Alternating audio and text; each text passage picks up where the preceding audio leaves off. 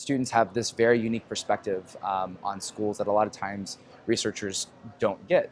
And so adding that level of complexity, that level of nuance to research provides a richness to what's being talked about that can only be provided by students, and that most certainly provides a more contextualized understanding of what's happening on the ground, which ultimately what matters for students. There's so much positive, motion going on right now in post-secondary education research.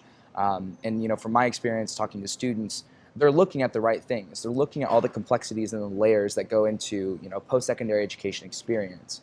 But being able to compile all of that, to understand it, to contextualize it, within the realm of students, and then take that to back home to Kentucky, where we can begin to design a stronger research model and understanding what college readiness actually means on the ground for students. It's a very long-winded way of saying I'm really excited to connect with all these researchers and see where the research is going forward.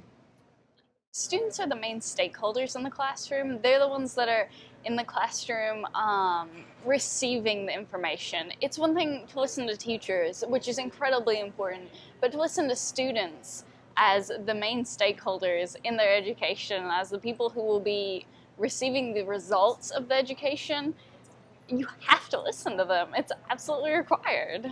My teachers were willing to listen to me, and that wasn't always the case in so many classes, but to have that sort of background really empowered me to want to be able to say and speak up, this is my story and this is what happened with me. So as a low-income student, I didn't want to speak out at first. And when I got involved with the Purdue Committee Student Voice team, I realized, hey, my voice has value, and it's okay that I come from an abusive background, and it's okay that I'm low income.